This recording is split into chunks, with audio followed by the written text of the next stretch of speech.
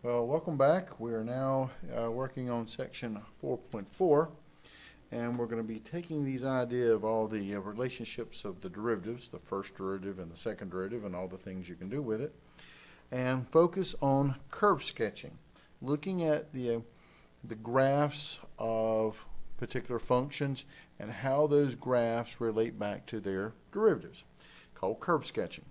Now, the guidelines for curve sketching, what you're going to be focusing on, is always number one, the domain. What kind of x's you're going to input in this thing. But since we are going to be graphing this thing, we're going to go back to some old pre-calculus days of doing some intercepts, x-intercept and y-intercepts. Also, always pay attention to symmetry. If it's symmetric about the x-axis or symmetric about the y-axis or periodic type of functions or an odd-even type of functions. Also, pay attention to asymptotes. That's that stuff we did in chapter 1. And then we're going to be looking at intervals of increase and decrease. That tells you when you go up and go down. That deals with the first derivative.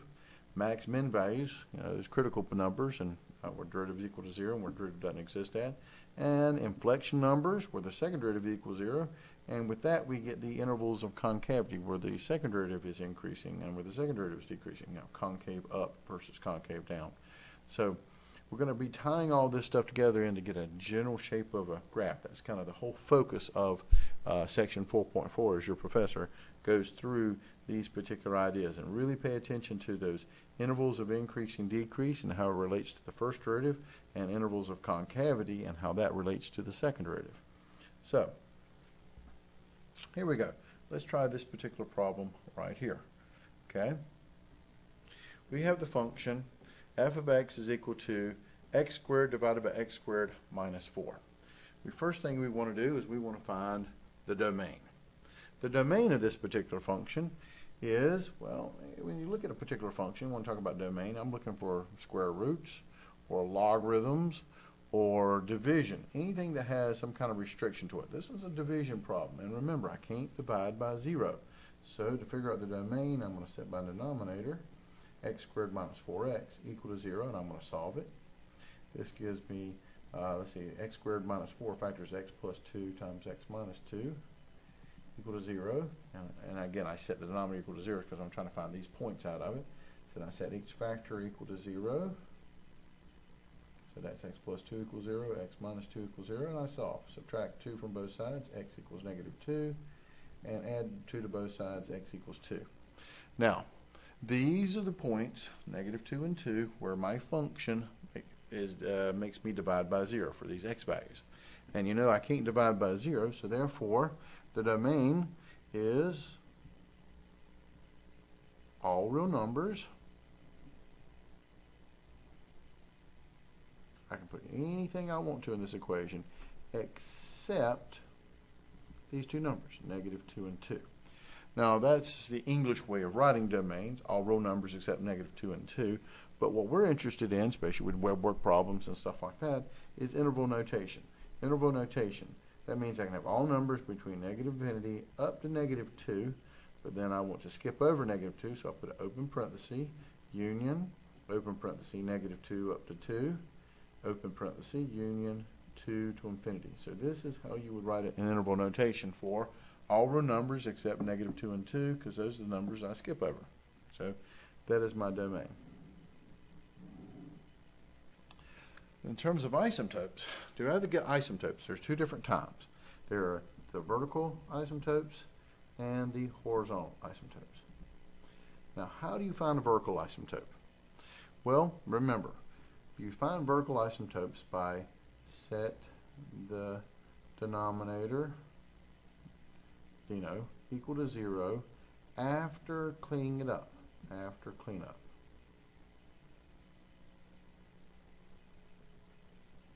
Now, what do we mean by that?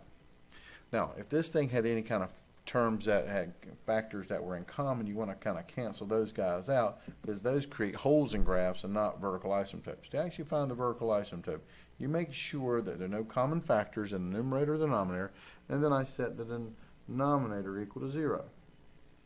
And when I solve, which I just did a few seconds ago, I get x plus 2 times x minus 2 equal to 0, which gives me x equals negative 2 and x equals 2. Because there were no common factors in my my function here, I made sure I just took my denominator, set equals 0, and solved, and then those became my vertical asymptotes, because if I try to take the limit as x approaches either -2 or +2 of this particular function, this is that chapter 1 stuff, I would either get infinity, negative infinity, or maybe does not exist if one side goes one way and the other side goes the other. To find the horizontal asymptote, we used to take this. You take the limit as x approaches either plus or minus infinity, officially plus or minus infinity of your function. In our particular case, we're going to take the limit as x approaches either plus or minus infinity. Won't change this one. We'll go to positive infinity of x squared divided by x squared minus 4. Now, when you plug in infinity on this guy, you're going to get infinity squared, which is infinity, divided by infinity squared, which is infinity, minus 4 is still infinity. Now, just to remind you of your chapter 3 stuff, well, I can either do the stuff we did in chapter 1, which is multiply by 1/degree of the denominator, or I could apply L'Hopital's rule to this guy. And this is going to give me limit as x approaches infinity of derivative of the top, which is 2x, over derivative of the bottom, which is 2x, and they end up canceling out, which gives me 1. And it wouldn't have mattered if I took the limit as plus or if I took the limit as minus infinity. I'm still going to get the exact same 1. And with vertical asymptotes, we label those guys as x equals. Horizontal asymptotes, we label those guys as y equals. So I have two different kinds of asymptotes here. The vertical asymptotes would occur at -2 and +2. And the horizontal asymptote is at y equals 1. Now, we're supposed to state the values of this function where of x where the function is equal to 0. Now, this is where it gets kind of tricky on you, because the function is quite complicated, in this case quite large. Remember, our original function f of x was x squared divided by x squared minus 4. So I want to take derivative of this guy. Well, clearly I'm going to use the quotient rule. Derivative of the top times the bottom minus the top times derivative of the bottom. Derivative of x squared minus 4 is 2x, all over the bottom squared. But you got to clean them up. Now we're going to do our algebra. I'm going to distribute here. That's going to give me 2x cubed minus 8x minus x squared times 2x is 2x cubed all over x squared minus 4 quantity squared. And you can clearly see that the 2x cubes end up canceling, leaving me with a negative 8x over x squared minus 4 squared. There's my derivative cleaned up, and now we got to figure out where it's going to be equal to 0 at. So I'm going to set it equal to 0, and I'm going to solve. Now, here we go. This is my derivative. F prime of x is equal to negative 8x over x squared minus 4 quantity squared. I'm setting it equal to 0 and trying to solve this guy. Anytime I got a fraction equal to 0, I'm going to multiply my denominator on both sides so I can clear denominators. So I'll multiply both sides by x squared minus 4 quantity squared. Here the left side cancels, leaving me with a negative 8x equals 0 times anybody is 0. Now I'm going to solve by dividing by negative 8, but this is easy. When x is when 0 divided by negative 8, I get x is equal to 0.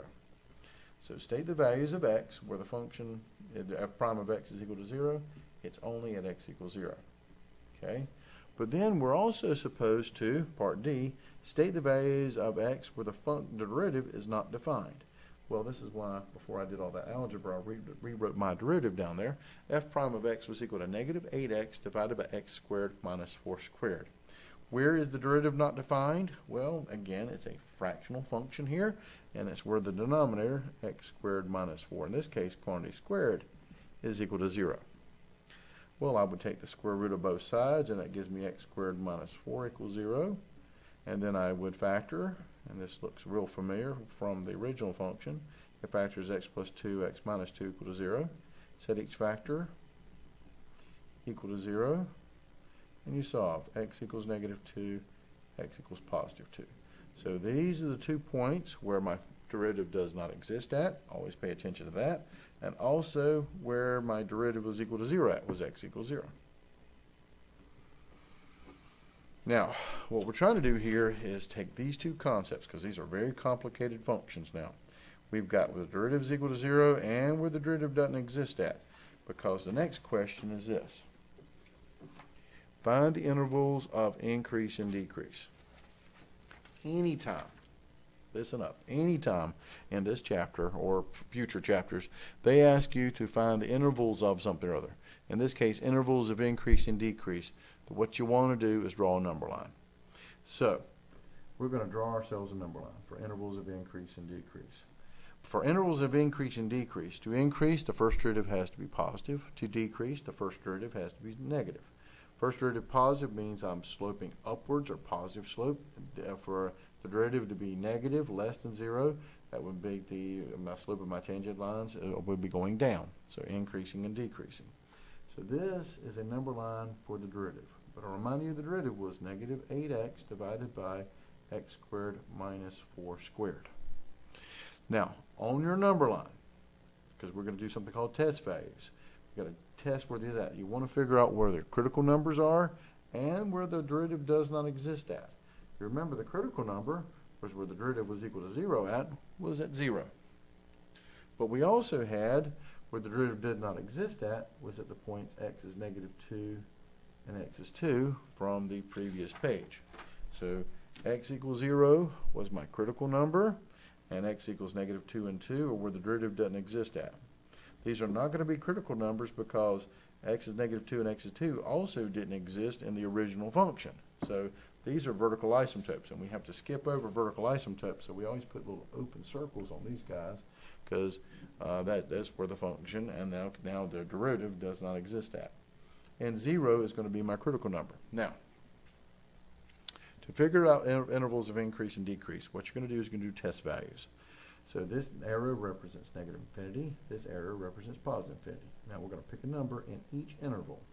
This is the interval between negative infinity to negative 2. Pick a number inside that interval. I choose negative 3, and we're going to plug that number into my first derivative. This would be negative 8 times negative 3 divided by negative 3 quantity squared minus 4 squared. Now we're going to clean this up and do math in our head. So this is negative 8 times negative 3, which is 24, divided by negative 3 squared is 9 minus 4 is 5, squared is 25. So when I did it, and I'm trying to do this by hand, but of course you can always use your calculator. But when I try to do this by hand, I got the number 24 over 25. Honestly, you don't care about the number at all. It's just a number. The fact of the matter is the slope of the tangent line at point negative 3. You care about its sign, and that's positive, which tells me being a positive derivative that everybody in that interval is going to be positive, and I'm going to be increasing in that interval. Now I'm going to pick a number between negative 2 and 0. I clearly choose negative 1. I'm going to plug that into my first derivative. This will be negative 8 times negative 1 divided by negative 1 squared minus 4 quantity squared. Well, negative 8 times negative 1 is 8. Negative 1 squared is 1 minus 4 is negative 3 squared is 9. You get negative 8/9. Again, I don't care what the number is. It's positive, which means everybody in that interval is going to be positive, which tells me I'm increasing in that interval because my derivative is positive. Now I'm going to pick a number bigger than between 0 and 2. Clearly I choose 1, so here's f prime of 1, and that will be negative 8 times 1 over 1 squared minus 4 quantity squared. So when I clean that up, negative 8 times 1 is negative 8. 1 squared is 1 minus 4 is negative 3 squared is again 9. But this time it's negative. So that means I'm decreasing at the point 1, and at actually any point between 0 and 2, I will have a negative derivative, which means I'm decreasing. And the last interval is a number between 2 and infinity. Just pick a number that's easy to plug in. I choose 3. I mean, you can choose 4, 5, 112 if you want to, but I choose 3 because I'm plugging it in. This will be negative 8 times 3 over 3 squared minus 4 quantity squared. That gives me negative 24 divided by 3 squared is 9 minus 4 is 5 squared is 25. So this time I'm getting the slope of negative 24 over 25. It's a negative slope, which means everybody in this interval is going to be negative. So to answer the question is, what are the intervals of increase and decrease? So to increase, we typically want our answers in interval notation. Again, setting you guys up for web work and all kinds of tests and stuff. Where am I increasing? Increasing means I have a positive first derivative. That's starting at negative infinity, going over to -2, but we have to skip over -2 because it's actually a vertical asymptote, union between -2 and 0. Where is my intervals decreasing at? Well, decreasing means I'm going down, or a negative first derivative, which is between 0 and 2, union 2 to infinity, right off of my number line, which I got from doing my test values. Now we want to figure out maximums and minimum values. Well, if you look at this number line here, because these two guys are connected here, I've only got one critical point. -2 and 2 were vertical asymptotes. That's where my original function didn't exist at. This 0 is my critical number. And if you look at 0, you'll notice that I'm positive first derivative, and then it goes to a negative first derivative after you go through 0. So positive means I'm increasing, negative means I'm decreasing, which forces x equals 0 to be at a maximum. Okay? But they wanted the values, and we talked about that before. Anytime you need values, you need the y-coordinate, so you have to go back to the original equation. So the original function was f of x is equal to x squared over x squared minus 4. To figure out the value at x is equal to 0, I plug in x is 0, and f of 0 would be 0 squared over 0 squared minus 4. That's 0 divided by -4, but 0 on top means it's 0. So I have the point 0, 0 is a max point, but the value that they're looking for is the y-coordinate, so it's that 0. Now, keep on going. I want to compare these two. So the last thing they ask you about to get you guys started is the concept of intervals of concavity. Now, concavity, to be concave up, the second derivative has to be greater than 0. That means you're going to be concave up or U-shaped up. Or, and then you've got the second derivative to be less than 0. Less than 0 means it's a negative concavity or concave down. Concave down means it's U-shaped down. And just to compare, where the second derivative is actually equal to 0 is where you change concavity, either from concave up to concave down, or concave down to concave up. This is concave down to concave up, or it could be from concave up to concave down. These points right in the middle are where the second derivative is equal to 0, called an inflection point.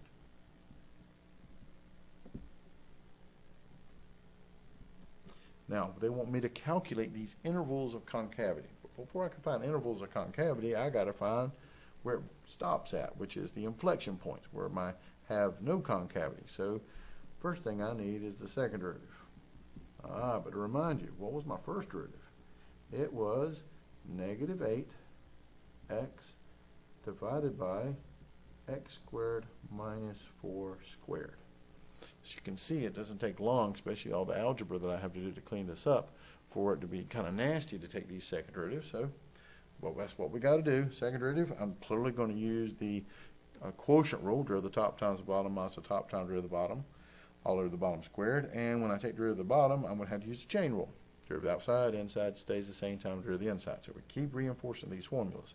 But here we go. Quotient rule, derivative of the top, -8. Times the bottom, x squared minus 4 squared, minus the top, -8x, times derivative of the bottom, which is the chain rule.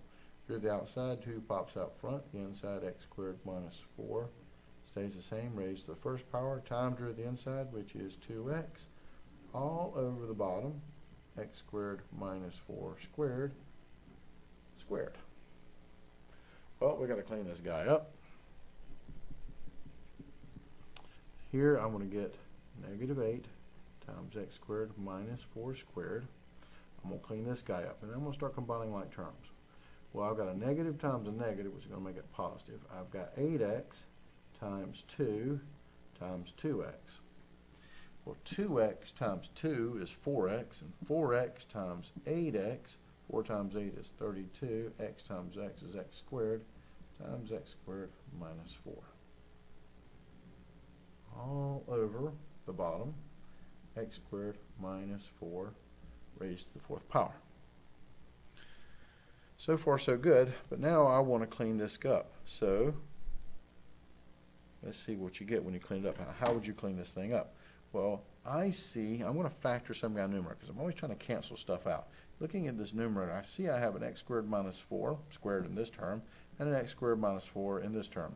I also have a negative 8 in common, so I'm going to factor out a negative 8 times x squared minus 4, factoring out what's in common.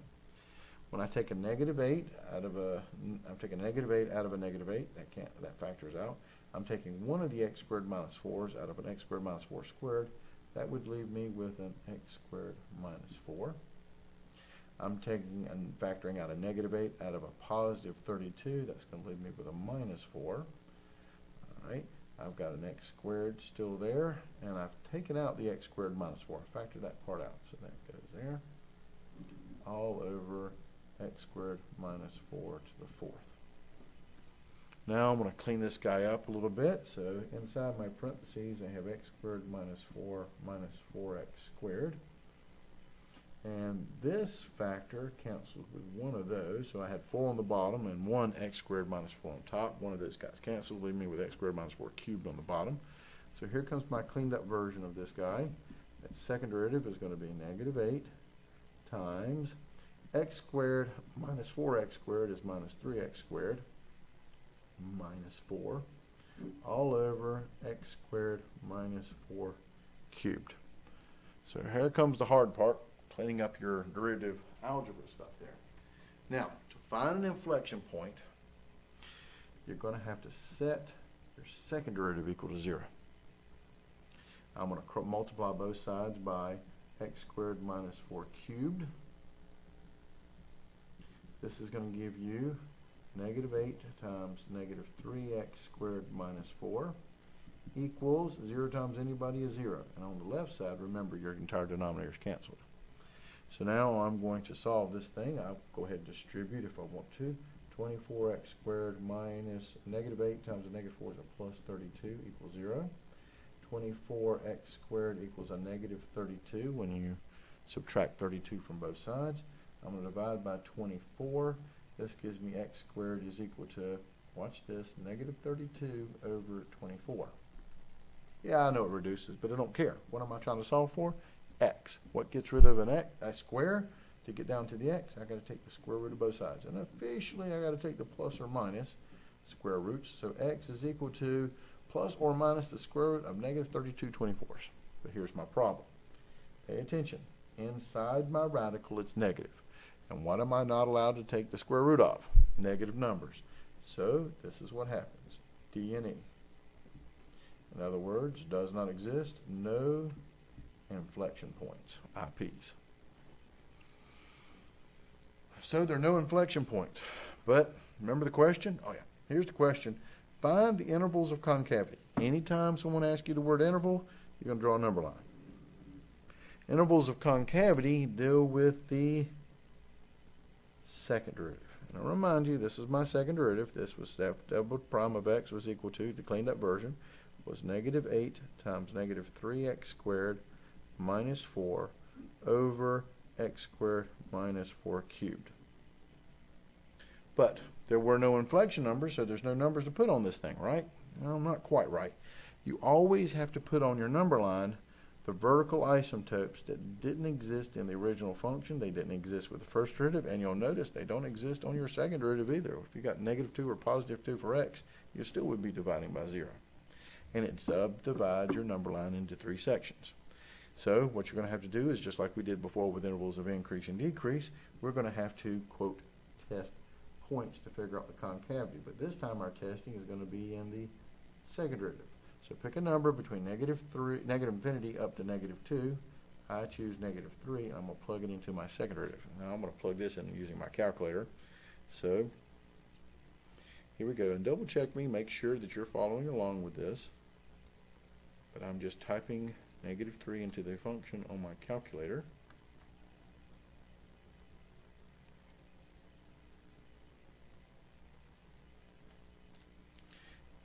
And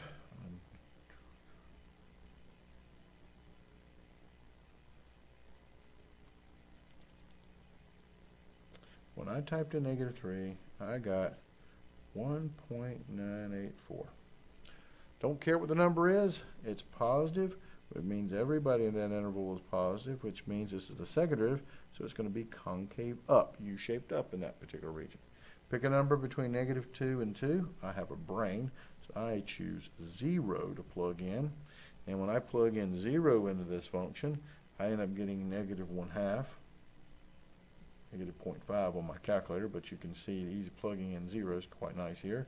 But it's negative, so it means being negative, everything in that interval is negative, which means in that interval our function is going to be concave down. And now I'm going to pick a number between 2 and infinity. I choose 3 to do my test value on, and plugging in 3 into my second derivative, I get 1.984, which is back to being positive. So it's back to concave up there. So to answer their questions, concave up, where's it going to be concave up at? Well, my interval is -infinity up to -2, union 2 to infinity. Concave up is where my second derivative is positive. And where is it going to be concave down at? Well, where's my second derivative negative at? Between -2 and +2. So this answered my question. And if I had an inflection point, I would put it on here too and subdivide my number line even more. But this one had no inflection point, so all I had to do was just put my, and don't forget to put my vertical asymptotes on there because it does subdivide my graph. Now, one last little thing before we go on this particular introduction video is let's just take a look at this thing from a graphing perspective. So I'm going to grab my calculator right here, and I'm going to blow it up a little bit for you guys. And I'm going to type in the original function. The original function was x squared divided by parentheses x squared minus 4. So we're all going to be using our calculator to double check ourselves. But let's take a look. Zoom 6, our zoom standard. Okay. And you can see this is the original graph. And if you look at this original graph, you can see right here at -2 and at +2, that's where my graph breaks at. These are my vertical asymptotes because I get close to -2 and +2. I'm either blowing up or blowing down, or blowing down or blowing up. The horizontal asymptote is where it levels off at infinity and at -infinity, and that was a value of 1. You can see that on the calculator as well. But in terms of, for example, critical points, there's one at 0. There's one little max point at 0. It comes in, hits that point, and goes down. This is a local or relative maximum right there at 0. But in terms of intervals of increase and decrease, you can also analyze the graph. From -infinity up to -2, I'm increasing because my graph is going up. You read a graph from left to right. And then skipping over -2, I'm going up and hitting 0. It's continue to be increasing there. But once I hit 0, now I'm decreasing, going down. I got to skip over 2, and from 2 to infinity, my graph is going back down again, so it's decreasing there. Now, in terms of concavity, U-shaped up versus U-shaped down, let's compare this answer. You will notice, I'll slide over here to the right here. So if you compare this answer, you will see that from -infinity up to -2, it's U-shaped up, so it's concave up. Between -2 and 2, I'm concave down. And once you pass 2, I'm now concave up again. So between -infinity to -2, I'm concave up. And from 2 to infinity, I'm concave up. These are my little wings on the side. And in the middle, between -2 and 2, I'm concave down. So my data matches my graph. And that's what this chapter is all about. So work well with your professor and study hard, and we'll see you guys on the next video.